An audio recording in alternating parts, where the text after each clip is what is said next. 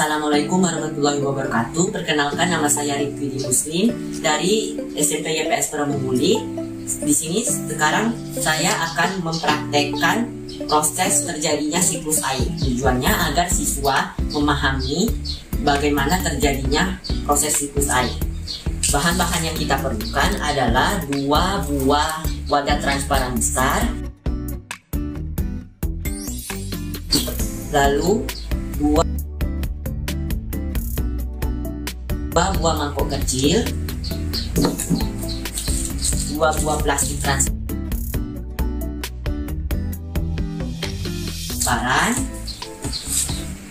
batu kering kecil, es batu,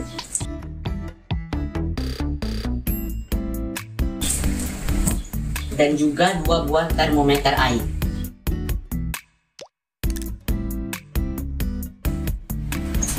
Langkah yang kedua, kita akan mulai mempraktekannya. Yang pertama-tama, kita akan memasukkan air ke dalam masing-masing wadah besar sebanyak 3000 ml atau sama dengan sepertiga dari ukuran wadah besar.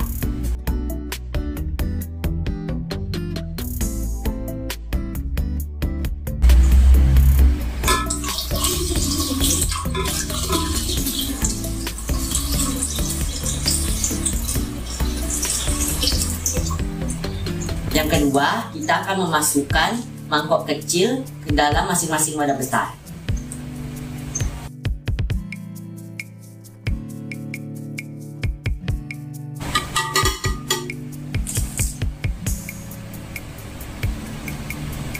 Nah, selanjutnya kita akan menutupi kedua wadah besar dengan plastik transparan, lalu diikat dengan tali plastik atau tali karet.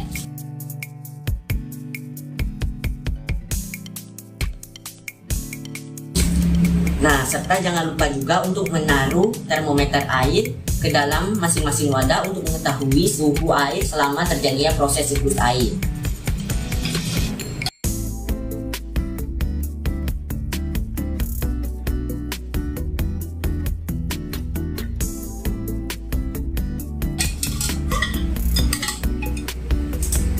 Nah, lalu setelah itu kita akan memperlakukan perlakuan yang berbeda terhadap kedua toples ini. Pada toples yang pertama, kita akan meletakkan batu es yang sejajar tepat di atas mangkuk kecil.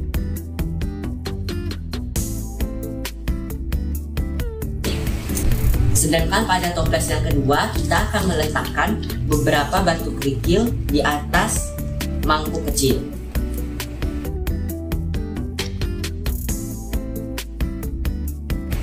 Nah, langkah yang terakhir, kita akan menjemurkan kedua toples ini di bawah sinar matahari selama 2 jam.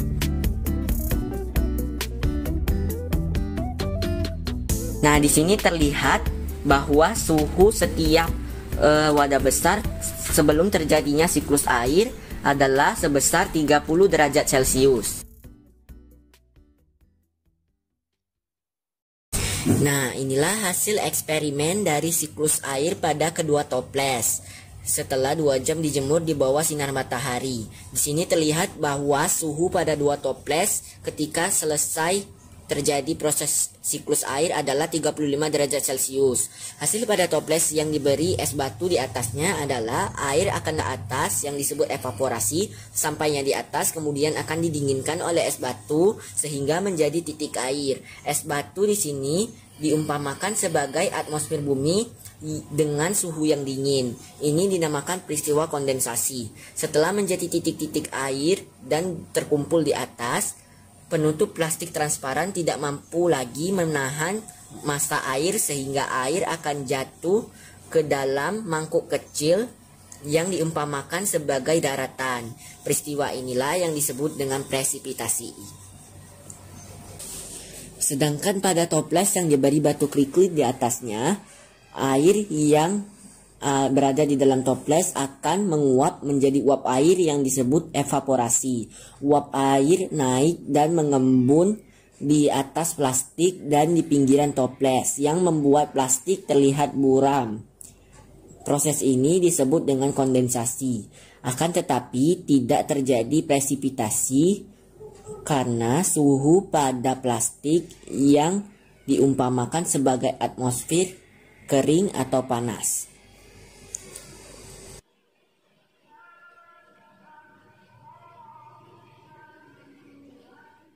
Nah, kesimpulan dari hasil eksperimen siklus air ini adalah air pada kedua toples sama-sama mengalami terjadinya proses evaporasi dan kondensasi yang menyebabkan volume air pada kedua toples sama-sama berkurang.